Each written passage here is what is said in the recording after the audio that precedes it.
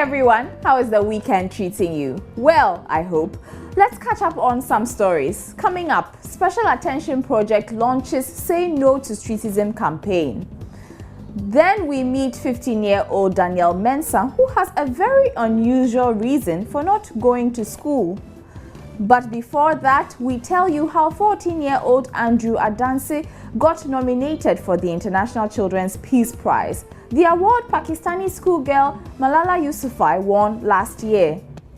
These stories and more coming up. My name is Ifwa Akwai Harrison. Please stay with us. Supported by Cowbell with Vitarid. Remember, we are on social media, facebook.com/NewsGenerationGH, on Twitter @NewsGenGH. Now, what can you do to make the world a better place? We meet a young Ghanaian whose efforts have changed the lives of many children. Andrew Adansi Bona has been nominated for the International Children's Peace Prize. The award honors children who show special dedication to children's rights. I feel normal, as every kid will be very happy, very excited to be one of the nominees for his or her work he or she has done to help his fellow colleagues, that's children. Andrew Adansi Bona is a few moments away from becoming a global icon.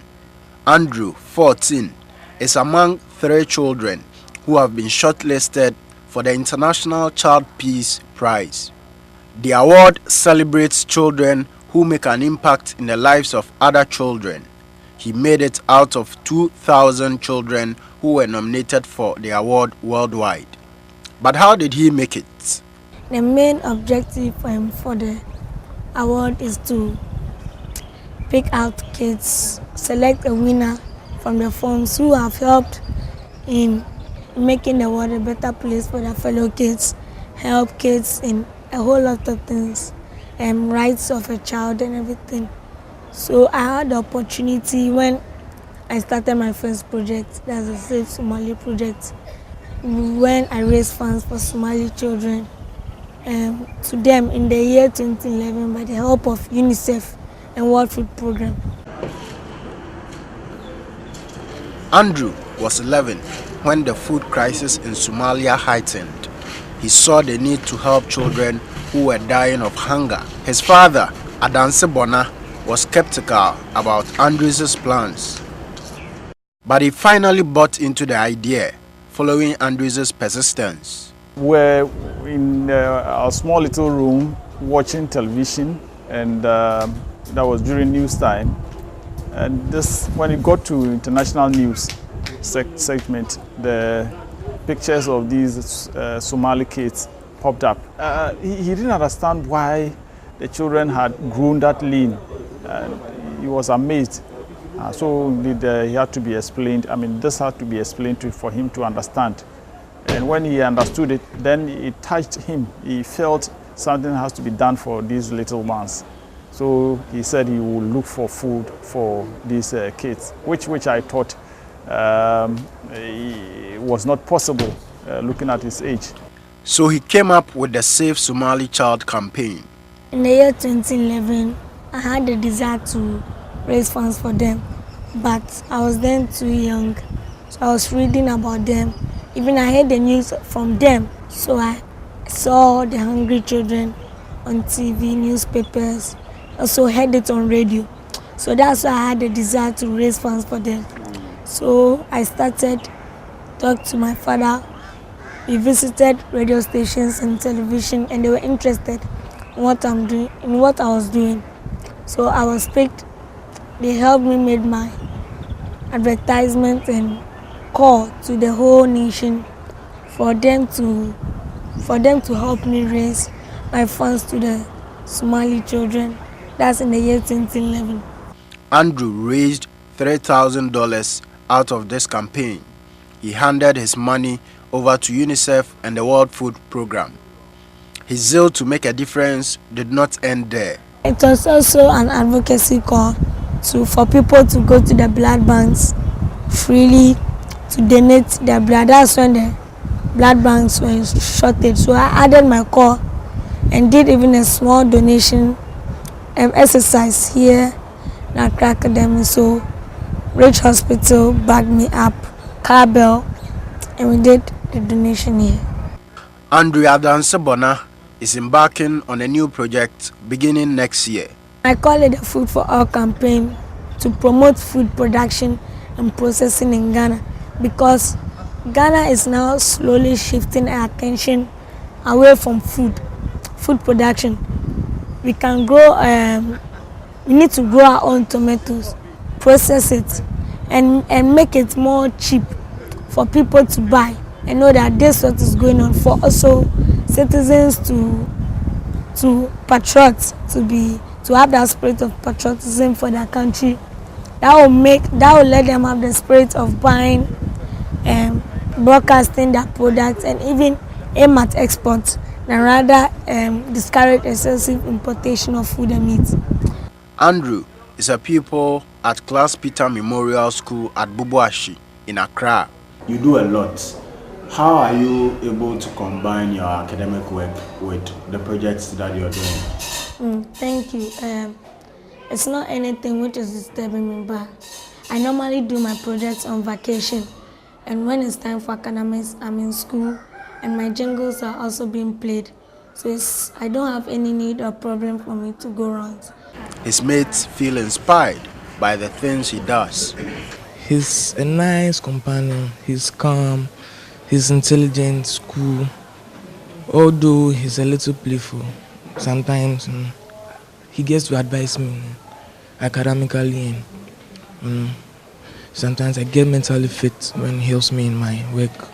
It inspires me to also put more effort in anything I do. If I do something and goes wrong, it tells me that I should not be stagnant. I should not stay at where I am. I should continue, so that it means in the future I can get somewhere.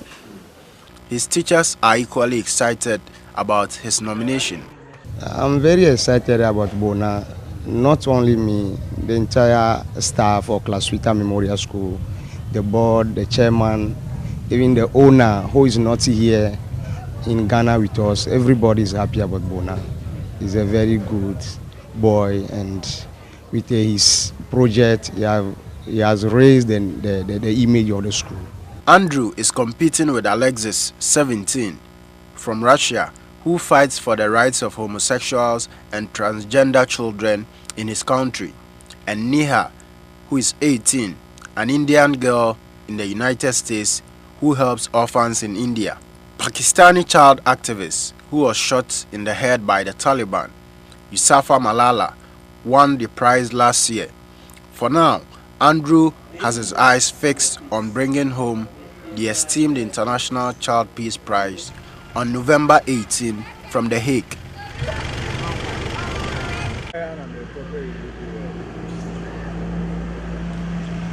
How impressive is that? News Generation wishes Andrew Adanse all the best.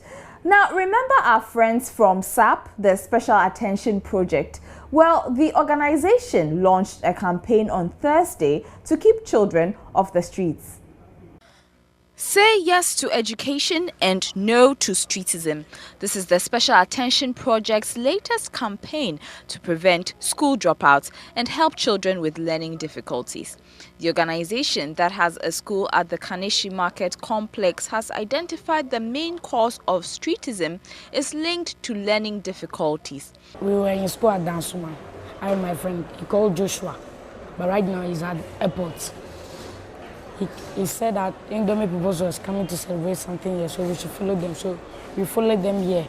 Then when I came here, I see some dirty boys dancing and selling some sack. So I worked with them that day. And from that day, I wasn't be able to go home that day, so I sleep here. Then that day, they make me happy, so I didn't want to go home from that day again. This is because the Ghanaian educational system does not provide a good learning atmosphere for slow learners or children who have some learning difficulties such as dyslexia, a condition where children misread words and letters. Chief Executive Officer of Stratcom Africa, Esther Koba, who was the chairperson for the event, called for a collaborative effort from government and other relevant stakeholders to ensure that streetism in Ghana is ended. It's important that everybody in society sees this as a responsibility, because we saw in the play that they did that they learn some things on the streets, behaviors, deviant behaviors, that they become the people that snatch your bags on the street. So what would you do if none of your friends visited you when you were ill? Would you ignore them or confront them? Well, 15-year-old Daniel Mensah decided to drop out of school. Shay Adam has the full story in the report.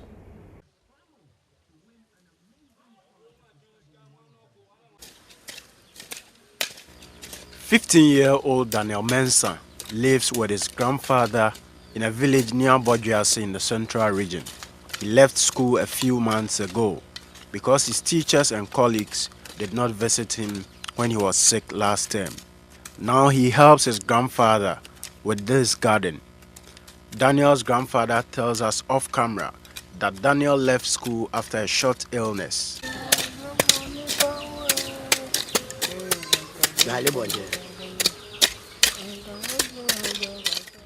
Daniel just seems to have lost interest in education and says he wants to now become a mason.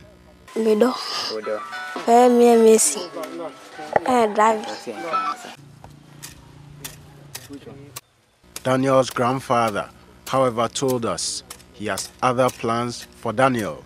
He still intends to send him to his father, who lives in Winneba, to continue schooling.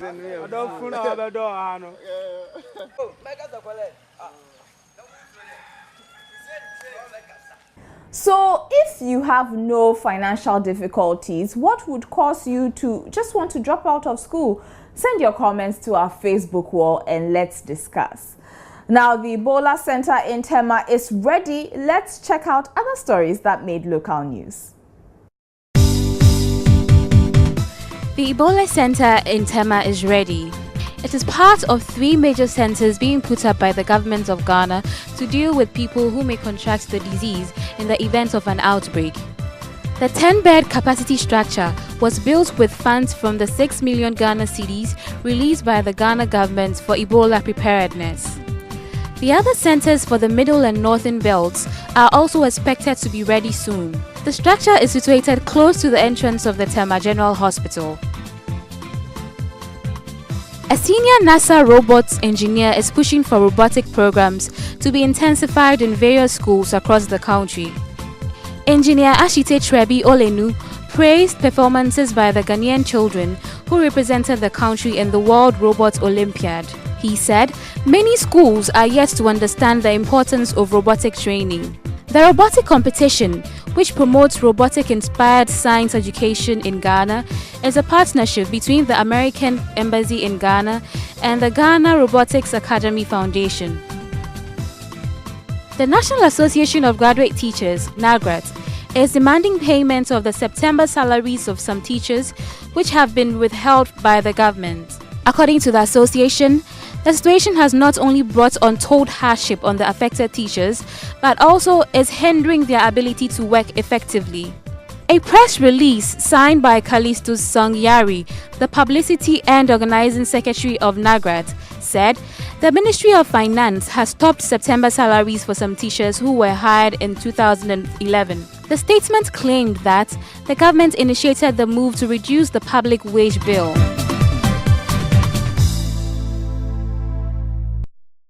When we come back, we'll tell you why thousands of people in Hong Kong are protesting after this.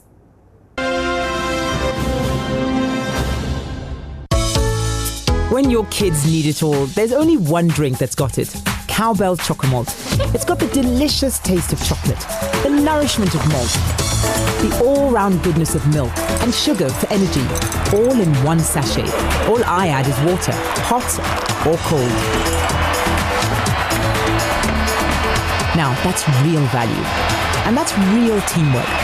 Cowbell Chocomalt, 4-in-1 value with a great new taste.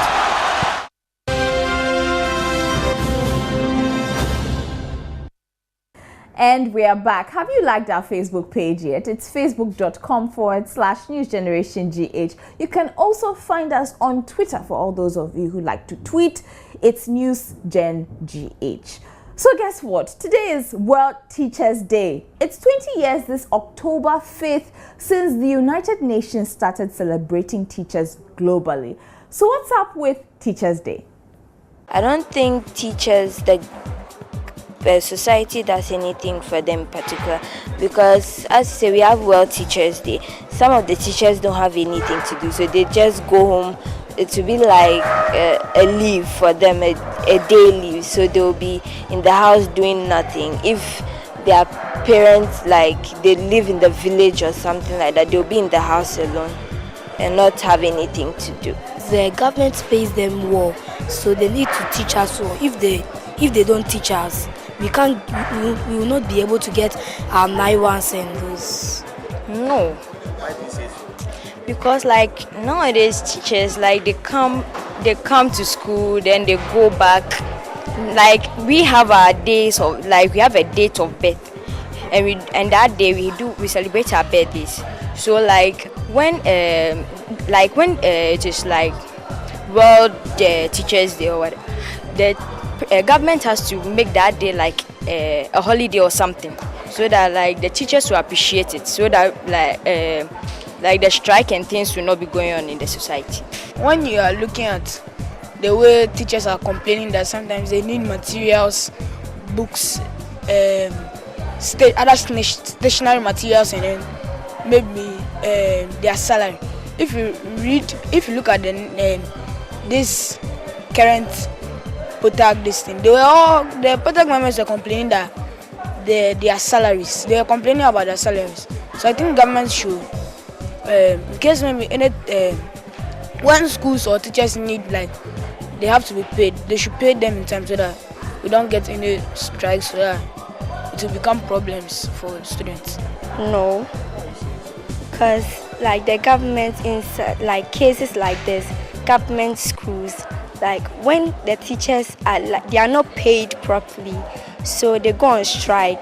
Teachers too, they need to be appreciated. You have to set a day for Teachers Day so that children can appreciate their teachers by saying thank you. I said no because most of teachers in Ghana especially, most of them go on strike because they don't pay them well. And I'll give an example like the government school. Most teachers come, they teach, they give homework and they go. They don't care if the children understand or not. All they want is their money because they want their money to invest in their own things. We the Ghanaians, we see teachers as ordinary people, but they are the ones that we must respect most, because if we don't go to school, we are not able to become a great person in future, and they are the people who teach us to become a great person in future, to become someone great, so that our parents will appreciate us. Your views on WhatsApp. It's now time for some sports updates.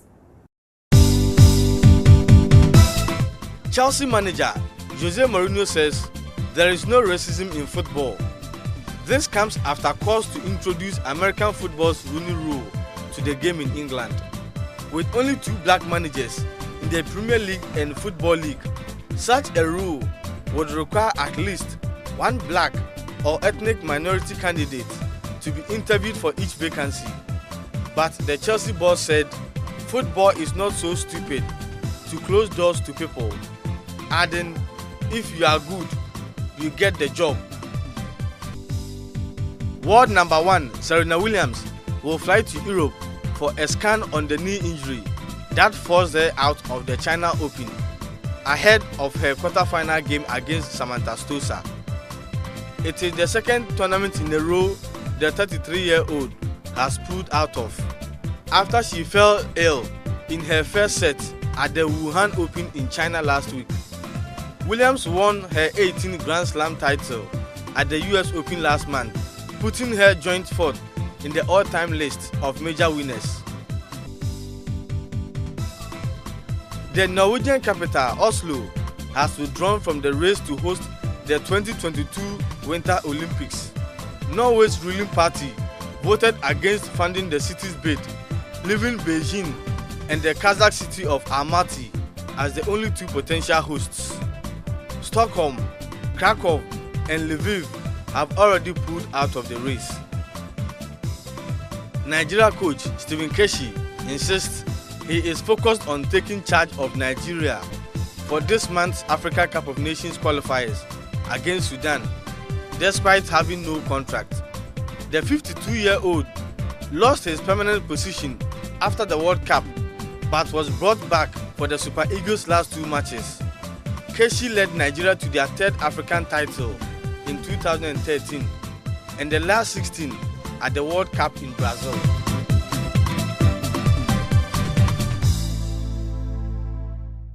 Okay, so tens of thousands of people have poured onto the streets of Hong Kong in the last few days demanding democracy.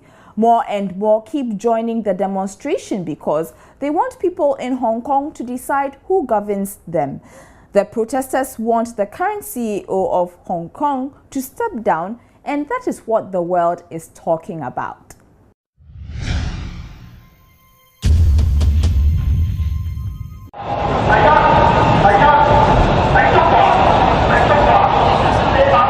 Protests as big as the umbrella movement have not been seen in Hong Kong in years. Protesters are angry the Chinese government will choose who could stand as a candidate in elections for Hong Kong's leader due in 2017. Hong Kong was governed by Britain until 1997, when Britain handed it over to China. Though Hong Kong is part of China, it is semi-independent, with the exception of the areas of defense and foreign affairs. Hong Kong's political and judicial systems operate independently from those of mainland China. On 27 August 2014, China moved to limit candidates for the elections to a handful of people loyal to it. A group pushing for democracy, Occupy Central, promised to protest. They carried through their promise and other groups joined in. Students in Hong Kong began a separate class boycott in late September, and when they broke into the main government compound on 26 September, Occupy started its demonstrations early. Many stayed out all night to join the protest.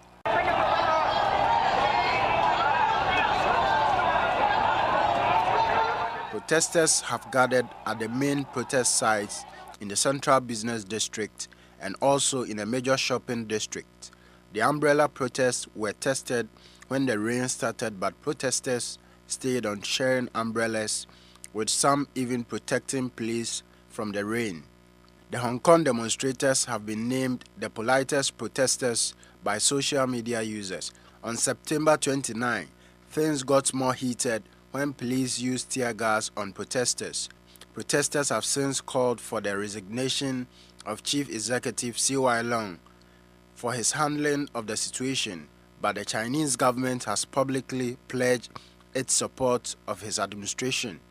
Protesters have accepted an offer of talks with the government after a week of unrest.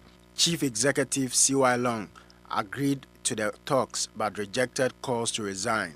The protests may not immediately impact the decision of China to handpick a candidate, but it may prompt reforms, and that remains to be seen. The young people's resolve to challenge systems has been brought to focus, and we ask some of you if it is a sign of things to come. Students can use demonstration to achieve like the payment of the salaries of teachers, because everything in the country is now going up. So the teachers, their salary is very small and they can't use it to support themselves as well as their families. When we build hospitals, we can send the pregnant women who are in labor to the hospital so that they can give birth safely. They can achieve by the government should construct latrines so that people do not defecate by beaches and rivers. Why do you think that demonstrating against the government in getting latrines to be built is good? Because the more they defecate, the more the houseflies transport cholera into our food, so that we eat the Vibrio cholera, so that we get cholera. So we have to construct the latrines.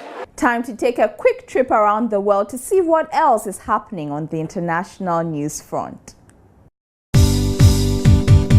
Heavy fighting is being reported between Kurdish militia and Islamic State militants advancing on the northern Syrian town of Kobani. A BBC correspondent across the border in Turkey saw explosions and smoke rising from buildings hit by shells. IS has moved within a few kilometers of the town despite US-led airstrikes seeking to halt its two-week offensive. On Thursday, Turkey's Prime Minister promised it would do whatever it could to prevent the fall of Kobani. Scientists have traced the origin of the AIDS pandemic to 1920s Kinshasa in the Democratic Republic of Congo. The international team of scientists say population growth, sexual activity, and transportation allowed HIV to spread. The team used archived samples of HIV's genetic code to trace its source. HIV came to global attention in the 1980s and has infected nearly 75 million people. A team of engineering students from the University of New South Wales in Australia have created a robotic sofa to travel around campus. It can move in any direction and is controlled manually using an Xbox gamepad. Movement can also be pre-programmed by the students.